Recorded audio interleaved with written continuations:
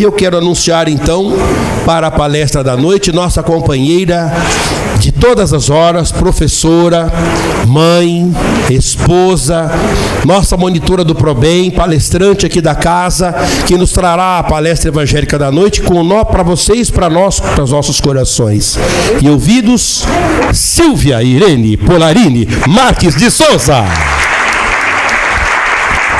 Boa noite a todos e a todas. A gente não pode esquecer que agora tem que falar todos e todas, né? Então, depois que o Henrique falou meu nome, só dá tempo para falar boa noite. Foi um prazer.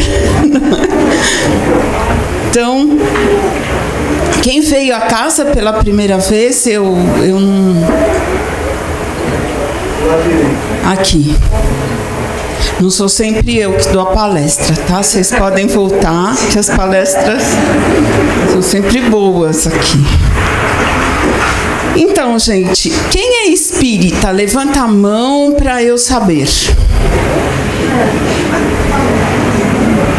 Nossa, porque não precisa, vocês sabem, né? Não precisa ser espírita para frequentar o Bênção de Paz, né? Aqui a gente é ecumênico, aceita todas as religiões, certo? Mas é só para saber. Então, com certeza, a maioria das pessoas que estão aqui, por serem espíritas, conhecem o termo obsessão, não conhecem?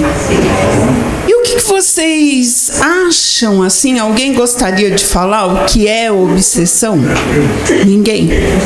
E quem não conhece o termo obsessão, levante o braço. Você não conhece? Não dá para conhecer mesmo, né? Ele ainda não tem idade para conhecer esse termo. Mas tem mais alguém? Encosto, né? Vocês conhecem? Já ouviram falar de encosto? Não é? É mais popular, assim, as pessoas conhecem mais, né? Então, o tema da nossa conversa hoje é obsessão e a nuvem de testemunhas. Não foi um tema que eu escolhi, foi um tema dado pela nossa presidente, certo? Porque ninguém em sã consciência quer falar sobre obsessão, não quer nem falar, né? Boa professora de português está seguindo ele. Pois é, eu sigo regras, né? Então, falarei sobre o tema. Muito bem. Tratando-se... vocês também já ouviram aquele brocado popular que diz assim: dize-me com quem andas, que eu te direi quem és. Mas Ramatiz, ele, falando de obsessão, ele fala assim: dize-me o que pensas. Dize-me o que pensas, e eu te direi com quem andas. Porque o pensamento é a base de toda obsessão, de todo encosto, certo? Nós somos, na verdade, seres que se relacionam com o mundo espiritual desde sempre. Nós somos como uma árvore. Nós temos os pés fincados no solo, mas temos a cabeça aberta para a espiritualidade. Lá no centro da nossa cabeça tem uma glândula chamada pineal, que ela se conecta com o planeta e até com gente fora do planeta. Nós somos, na verdade, uma verdadeira antena ambulante, nos conectando com pessoas que estão encarnadas, os ditos vivos, e também com espíritos que estão desencarnados. Através do quê? Através dessa glândula pineal que o Dr. Sérgio Felipe de Oliveira, na sua tese de doutorado, no hospital, no HC, né, no Hospital das Clínicas, fatiou e disse que são cristais de apatita. Então vejam, aquela frase assim, eu não tenho uma bola de cristal, é mentira. Todos nós temos uma bola de cristal bem lá, bem no meio do nosso cérebro, que é essa nossa antena, que fica captando. Assim como ela capta as irradiações de outras pessoas, ela também irradia. Ela faz a retransmissão. E a isso André Luiz chama de indução mental. É uma das propriedades do nosso pensamento. Ou seja, o pensamento que vive na minha cabeça, eu posso irradiar para Simone e ele aparece na cabeça dela. Olha, como nós somos poderosos. Isso quer dizer que neste nosso planeta ou em outros planetas, como quiserem, nós nunca estamos só. Já pensaram nisso? Mesmo que a gente ache que está só, a gente não está. Nós somos 24 bilhões, os espíritos nos dizem que nós somos assim 24 bilhões de espíritos terráqueos, de espíritos que pertencem ao planeta Terra. Nós temos 7 bilhões de encarnados, os ditos vivos. Nós somos um deles, né, por enquanto. Tudo pode acontecer, né? Mas depois a gente renasce, não tem problema. Muito bem. Então, nós somos um deles. E o restante? Onde estão os outros 17 bilhões de espíritos? Onde eles estão? É para a gente pensar, né? Como diria Paulo de Tarso, o apóstolo dos gentios, na carta aos Hebreus, capítulo 12, nós estamos cercados, isso é, cerca é na frente, atrás, do lado e do lado, por uma nuvem de testemunhas. Portanto, nunca nós estamos sós. Mesmo nos mundos mais avançados que o nosso planeta Terra, nos mundos mais quintessenciados, onde moram espíritos já mais progredidos no sentido de evolução, sempre há o intercâmbio entre outros que são mais quintessenciados, que estão na frente no progresso, orientando aqueles que estão ali, como os espíritos nos orientam, motivando-nos, como os espíritos nos motivam a progredir. Há várias passagens bíblicas que aludem a essas presenças ocultas. Uma delas está no Evangelho de Marcos, no capítulo 5, em que Jesus visita, ele vai do outro lado do lago de Genezaré e ele visita uma comunidade, a comunidade dos Gadarenos. E logo que ele sai da barca, ele avista, assim, saindo do cemitério, um espírito, uma pessoa que a comunidade a chamava de imunda. Era uma pessoa que não tinha comportamento social, que não podia viver com essa comunidade. Eles já haviam tentado prender essa pessoa que eles chamavam de imundo, mas ele cortava os grilhões, ele saía da cadeia e ele vivia lá no cemitério, nos sepulcros, nos montes, gritando, berrando e se ferindo com pedras, ferindo o seu corpo com pedras. E logo que Jesus o avista, e ele também olha para Jesus, ele vai logo dizendo, né? Que tenho eu contigo, Jesus? Olha, ele reconhece a autoridade, ele reconhece Jesus. Que tenho eu contigo, Jesus? Filho do Deus Altíssimo, conjuro-te por Deus que não me atormentes. Quer dizer, não mexa comigo. Me deixe quieto. E Jesus então pergunta: qual é o teu nome? E ele responde: Legião é o meu nome, porque somos muitos. Atormentando aquela alma sofrida, havia uma legião de espíritos. Prova de que nós nunca estamos sós. Obviamente, Jesus expulsa, né, com a sua autoridade moral, estes espíritos, e aquela pessoa volta ao convívio da sua comunidade.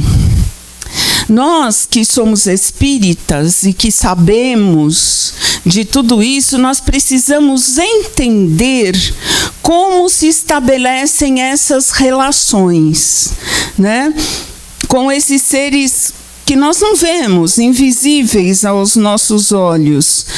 Quer eles nos rodeiem no estado de vigília, isto é, quando a gente está acordado, ou quer eles nos rodeiem no estado sonambúlico, quando a gente está dormindo, porque o tempo todo nós estamos nos conectando, fazendo conexões.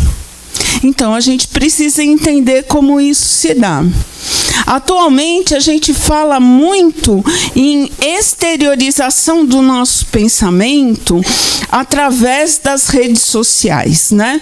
Através do Facebook, do Instagram, do WhatsApp, de todas as outras mídias. Não, porque agora eu coloquei no Facebook o que realmente eu penso. Agora eu coloquei no WhatsApp. E nós achamos isso o máximo, mas nós já estampamos o nosso pensamento de há muito, e muito naturalmente, na nossa aura. Tudo que nós pensamos, tudo que nós falamos, todas as ideias que nós temos ficam estampadas na nossa aura. Tudo aquilo que nós vibramos. Sabe quando a gente fala para aquela pessoa assim: ah, eu amo você, mas é uma mentira danada? É uma hipocrisia?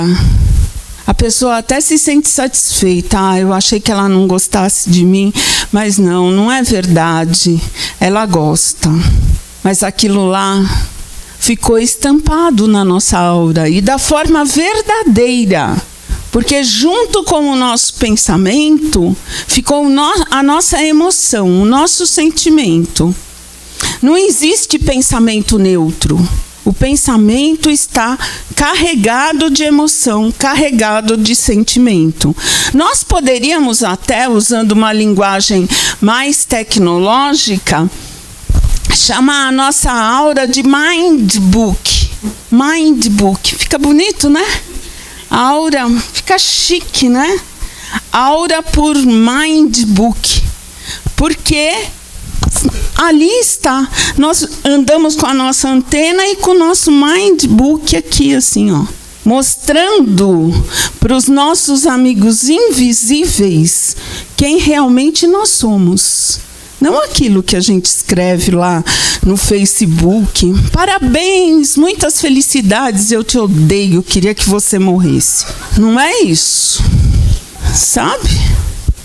Não é, porque é verdadeiro isso. Você falou no início da sua oração que a gente fica tentando parecer aquilo que a gente não é a vida inteira. Não é? Vamos ser pelo menos mais honestos. Não dá os parabéns. Não fale nada, pelo menos. É menos pernicioso do que você colocar qualquer felicitação lá que não seja verdadeira. Na verdade...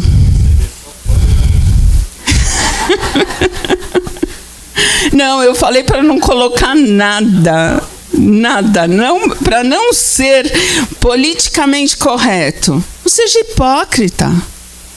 Porque você acha que você está enganando a quem? A esses espíritos invisíveis não está. Eles sabem exatamente o que está no seu mind book. Então, se nós temos boas práticas, isso é, se a gente seleciona a música que a gente vai ouvir, não é a Eguinha Pocotó, nem as piores, né? As que... Não, é porque tem piores, Henrique, que não dá nem para falar. Não dá nem para falar, que é um palavrão atrás do outro. Né? Se nós selecionamos a música que a gente vai ouvir, se a gente consegue ainda assistir a algum bom programa na televisão, não sei se tem, né? Porque eu pouco assisto televisão, tem bons programas, History Channel, Cultura, tá. Então, se a gente consegue ainda escolher uma programação adequada, construtiva, edificante, se a gente consegue ter uma conversa edificante, quer dizer, ligar para a amiga não só para contar todas as fofocas do prédio, da escola, do trabalho, de não sei da onde, né, dos locais que a gente frequenta em conjunto, se a gente consegue ter uma conversa edificante, nós teremos um tipo de seguidor, um tipo de pessoa que vai lá dar uma curtida naquilo que a gente está colocando no nosso mind book, né? Agora, se infelizmente nós vivemos num planeta de provas e expiações, e o que dá mais curtida e mais seguidor são as postagens mais rasteiras, mais grosseiras, mais violentas. Se a gente optar por esta postagem no nosso mind book, eu garanto a vocês que nós vamos ter muitos seguidores, muitos. Vamos ter muita curtida. Mas a qualidade, o nível também vai cair. Né? A escolha disso tudo, não sei se vocês sabem, nós vamos fazendo com os nossos pensamentos uma teia, uma net mesmo. Né? Nós vamos entrelaçando os pensamentos idênticos e esta onda vai se propagando. Então, se eu penso só em violência, se eu penso só em fofoca, se eu sempre falo da pior notícia que tem no jornal, eu vou ter uma grande quantidade de seguidores que também curtem isso, igualzinho a mim. E eu não posso reclamar que essas são minhas companhias, porque eu as escolhi, a escolha foi minha. Vigiar os nossos pensamentos. Existem neurocientistas que estão fazendo publicações que dizem que nós temos, num dia, cerca de 70 mil pensamentos.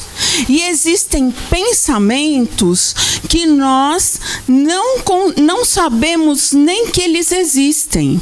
Porque o pensamento, ele viaja à velocidade da luz. E como ele viaja à velocidade da luz, nós não o captamos. Quem o capta é a nossa pineal, que transforma em estímulo neuroquímico. E aí nós conseguimos ficar consciente daquilo que nós pensamos. Olha que loucura, né? Então, o nosso pensamento, portanto, não é produzido no nosso corpo físico. Ele é produzido na nossa mente, no nosso espírito. E para nós ficarmos conscientes daquilo que nós pensamos, nós precisamos da glândula pineal. E a Joana de Ângeles é a mentora do Divaldo Pereira Franco. Ela fala, ela aconselha que a gente faça uma autogestão dos nossos pensamentos através da meditação. Ela fala que é fundamental que a gente faça essa autogestão através da meditação. É como, numa linguagem tecnológica, se a gente pegasse um antivírus e passasse no nosso HD, limpando, jogando num forno todos aqueles pensamentos que não nos servem mais. A gente seria uma das profilaxias para a gente não ficar obsediado. A gente fala, de onde veio esse pensamento? O que eu estou fazendo com ele aqui? Eu quero vingança, revanche? Opa! Isso daí vai me levar a algum lugar? Acho que não. Então, vamos colocá-lo para fora, certo? E a gente diz assim, bom, agora eu vou dormir e eu vou fazer uma prece para o meu anjo da guarda, para eu conseguir me conectar com os meus benfeitores espirituais. Isso é uma mentira, é uma falácia. As conexões já foram feitas todas durante o dia, através dos nossos pensamentos, da nossa fala e da nossa atitude. Nós já estabelecemos as conexões, nós só vamos reproduzir no sono aquilo que nós já estabelecemos durante o dia. Então, é por isso que a gente tem que educar e vigiar os nossos pensamentos. O fator temporal e espacial não conta. Se a gente fez uma conexão com um amigo que a gente deixou na Idade Média, na China, nós estamos conectados com ele. Mas foi na 10ª encarnação passada, não tem problema. Isso não existe para o pensamento. Ele está lá, você está aqui, se você não mudou os seus propósitos, se você não se renovou intimamente e mentalmente, você está conectado a ele. Eu vejo um chinesinho assim no meu sonho, que me dá uma espadinha samurai, manda eu cortar a cabeça, não é? Do meu filho, mas eu não o reconheço. Eu devo estar assistindo muito desenho japonês. Não está não, bobão. Você está conectado com ele, tá? Obsessão. Roupa para mim? Obrigado. O termo obsessão, o vocábulo, a palavra obsessão vem do latim e significa cercar, envolver algo ou alguém. Do ponto de vista espírito, quando a gente consulta a obra de Kardec, no Livro dos Espíritos, capítulo 23, ele coloca: obsessão é o domínio que alguns espíritos podem adquirir sobre certas pessoas. Como professora de português, e para não perder o hábito, qual é a palavra-chave desta definição colocada por Kardec? Domínio. Domínio. A palavra-chave é domínio. Muito bem. Vamos ao que significa domínio. Domínio significa supremacia em dirigir e governar as ações de outrem pela imposição da obediência. Dominação, império, o domínio do mais forte. É um sentido. O segundo sentido, não muito diferente deste, direito geralmente reconhecido de propriedade e supremacia de um indivíduo ou indivíduos sobre outro ou outros. Certo, gente? Então é o direito ou a supremacia de você governar a cabeça dos outros, ou, pela via reversa, ser dominado pela cabeça de alguém. Tá? Professores fazem isso. professores fazem isso, mas sempre para o bem, tá? Aí muita gente pergunta assim: Silvia, mas me diz uma coisa, os bons espíritos influenciam na minha vida? Não, os bons espíritos não influenciam na sua vida. Os bons espíritos te orientam, os bons espíritos te motivam, mas quanto mais evoluído é o espírito, mais ele respeita a sua escolha, mais ele respeita o seu livre-arbítrio. Então, quem influencia na sua vida? Os bons espíritos? Não. E Kardec, ainda no capítulo 23, diz o seguinte sobre a obsessão: a influência dos espíritos é de todos os instantes, e os que não se preocupam com os espíritos, quer dizer, aquelas pessoas que nem acreditam que exista espírito, ou nem mesmo creem na sua existência, estão expostos a ela como os outros, e até mais do que os outros, por não disporem meios de defesa. Então vejam, todos nós recebemos a influência dos maus espíritos, ou dos espíritos ignorantes, sejam encarnados ou desencarnados.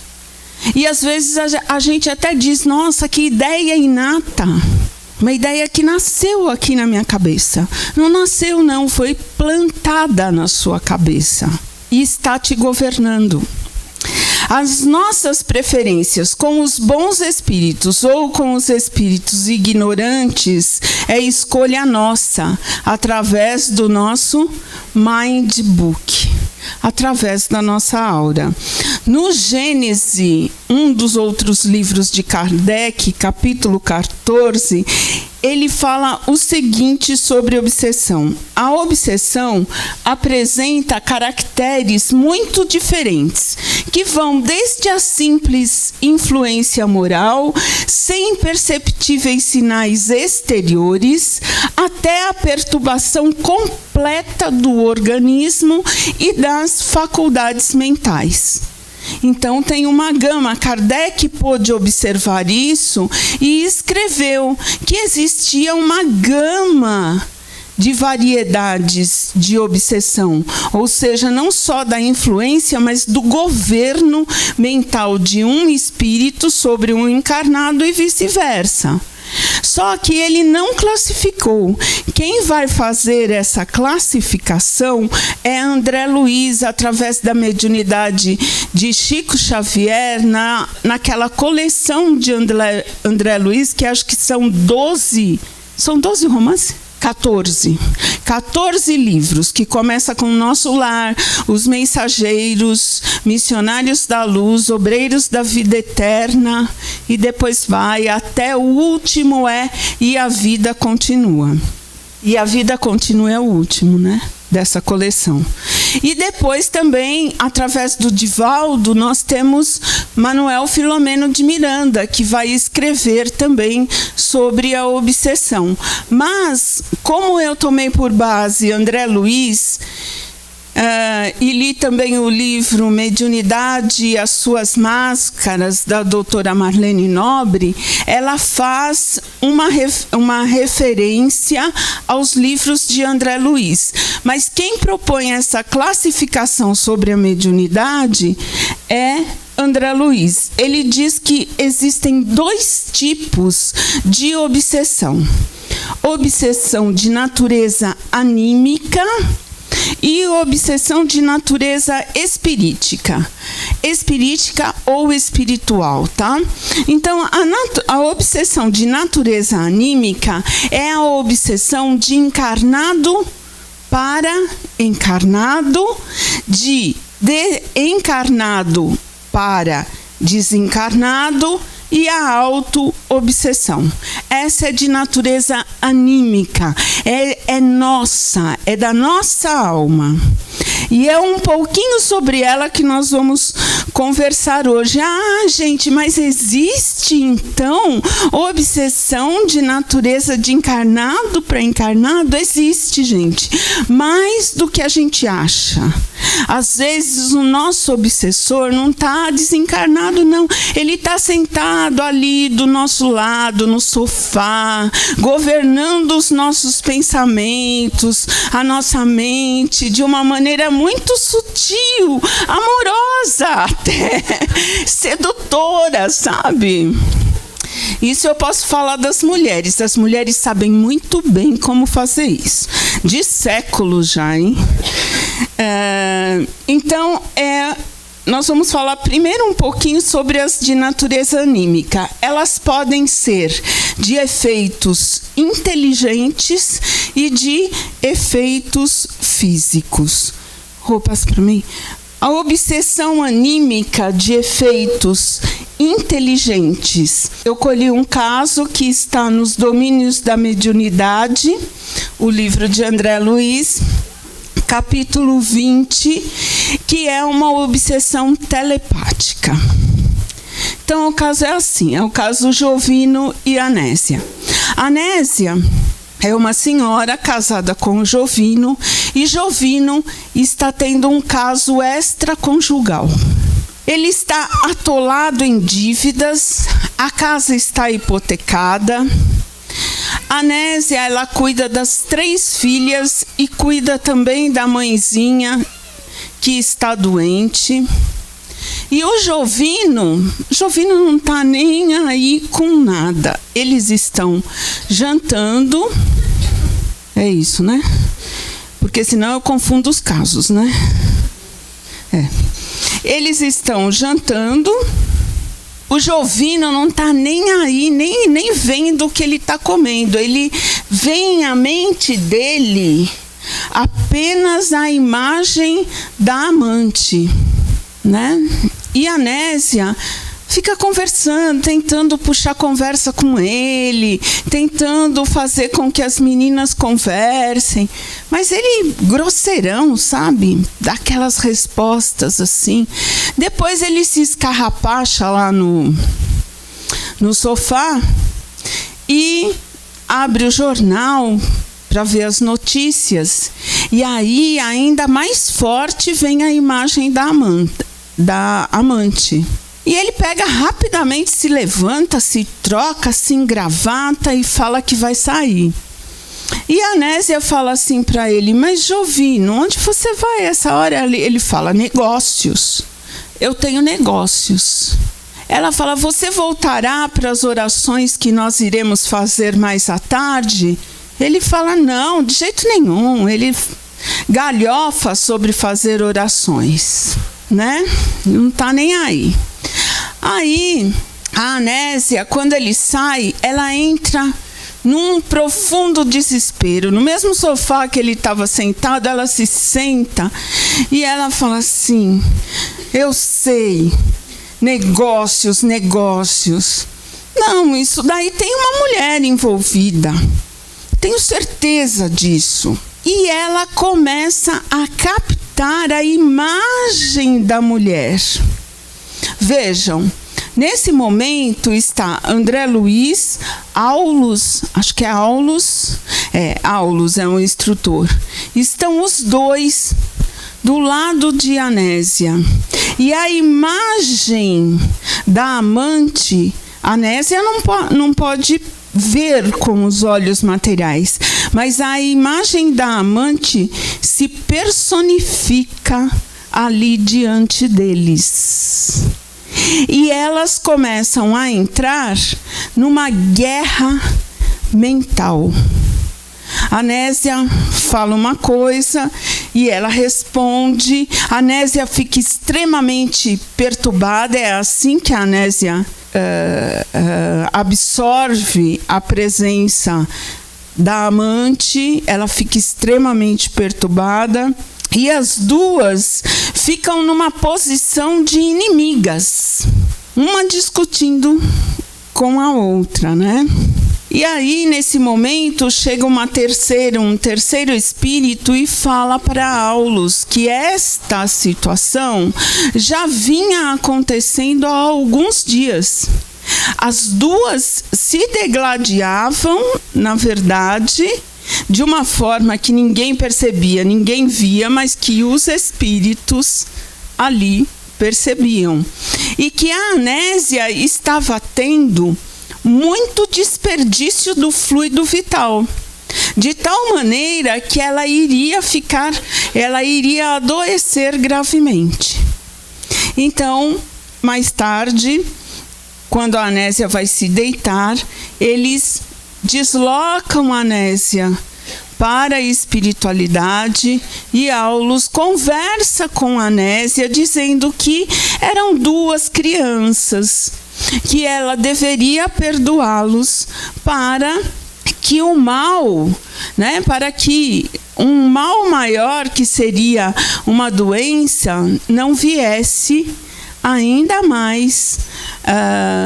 Ela recolheria essa doença no seu corpo. Então, que ela deveria perdoar, que ela deveria deixar de lado e prosseguir. E ter o marido dela como se fosse um filho, uma criança. Está fugindo da responsabilidade do lar que ele assumiu com ela. Isso é fácil, gente. Isso é fácil. A gente prefere morrer, Mas que é isso? Eu prefiro adoecer, mas isso eu não faço, Será? Então, esse é um caso de obsessão anímica. Tem um outro caso de autoobsessão no livro Libertação, capítulo 11, que é um investigador de polícia. Ele abusa durante a vida de jovem e na idade madura ele é um investigador e ele abusa do seu poder de investigador. Ele manda castigar mesmo, tira confissões, na base da pancada, da tortura. E depois, quando ele chega na terceira idade, todas aquelas pessoas que foram torturadas por ele, as ideias, as vibrações daquelas pessoas, vibrações de ódio, de rancor, ficam circulando na aura dele. E ele fica extremamente doente. Um outro caso de obsessão anímica, de efeitos inteligentes, mas agora de autoobsessão. Também obsessão anímica de efeitos inteligentes, agora de encarnado para desencarnado, que é o caso do Cláudio Nogueira. Parceria na dicção. Muito bem, Cláudio está no livro Sexo e Destino, capítulos 6 e 8. Cláudio Nogueira ele é um alcoólatra e ele arruma duas companhias na espiritualidade através do Mind Book dele, do cartão de visitas. E essas companhias passam a dirigir-lhe à vontade.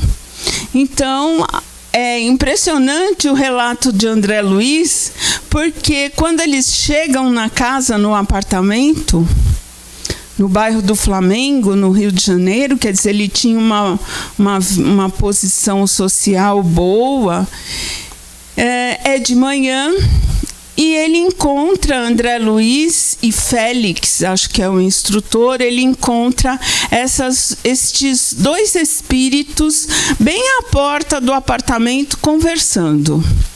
Eles não percebem que Félix e André Luiz entraram no apartamento.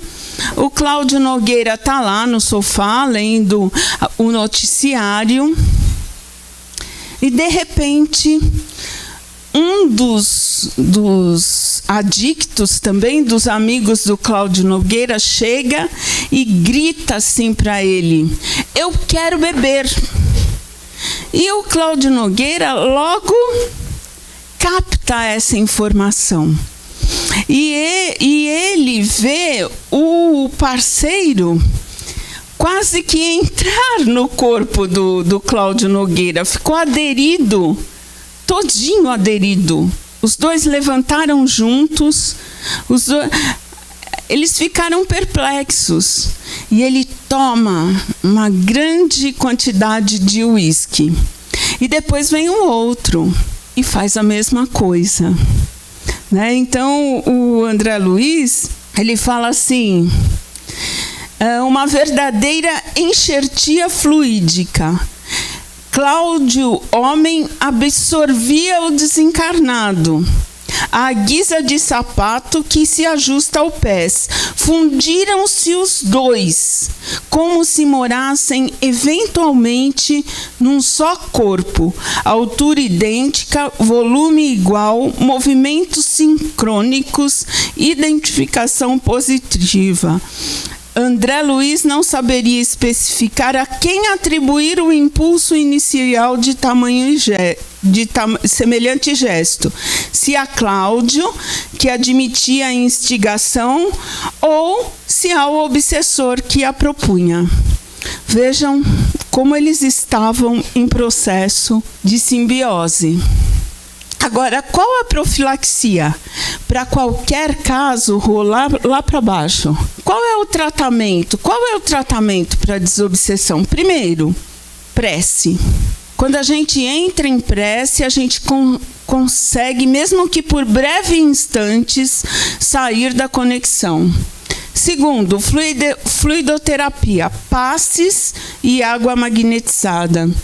Terceiro, sessões de desobsessão, porque aí os benfeitores trazem, tem uma pessoa que vai receber esse espírito, que vai conversar e que vai tentar, através da conversa, cortar ou afrouxar esses laços.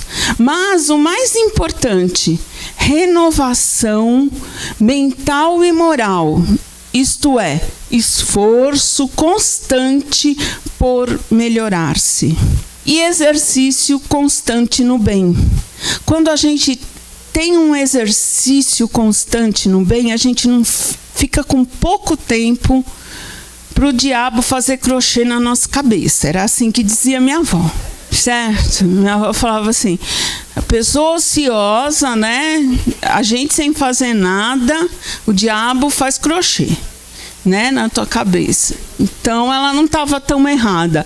Quando a gente tem esse exercício constante, mesmo que obrigado, a gente tem uma brechinha para se desligar. Antes disso eu vou contar um caso do Chico.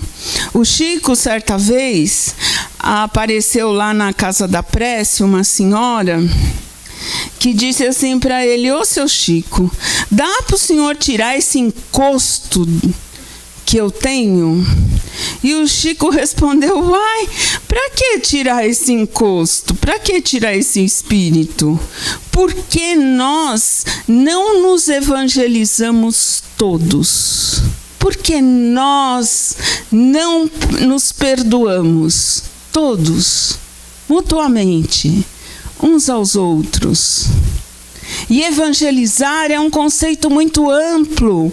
É até mesmo pensar... Sabe quando a gente chega cedo aqui no Bênção e tem vaga para todo lado?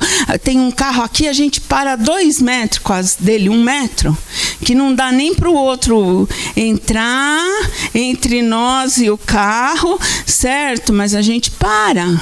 Uai, cheguei cedo, eu tenho esse direito. A gente não está pensando no outro. Sabe quando a gente vai no banheiro e o papel higiênico acaba e a gente não repõe? A gente não está pensando no outro. Evangelizar, gente, é um conceito muito amplo. Para nós, a evangelização não é grandes missões no bem. São as pequenas missões no bem. que nós deixamos de cumprir e que nós já sabemos. É falta de amor para o próximo. Acabar o papel higiênico e a gente não colocar. É falta. E o outro que vai usar o banheiro não tem papel higiênico? E se ele está apertado, não é? Então, não é verdade? Então, agora, a profilaxia, para a gente não ficar mais obsediado, de jeito nenhum. Vamos lá. É Gubbio que fala no livro Libertação, capítulo 20. Nunca te esqueças de que o amor vence o ódio e de que o bem aniquila todo o mal. Se desta palestra não ficar nada para vocês, que fique o caso do Chico Xavier. Por que não nos evangelizamos todos? Muito obrigada pela paciência. Eu sei que o tema é bastante difícil para a gente engolir, né? A gente continua preferindo o padre, que absolve os nossos pecados, o pastor, que expulsa o demônio da gente, sem a gente ter que fazer nada. Mas aqui, dentro dos centros espíritas e no espiritismo, o trabalho é nosso. Tá? Muita paz a todos, uma excelente semana.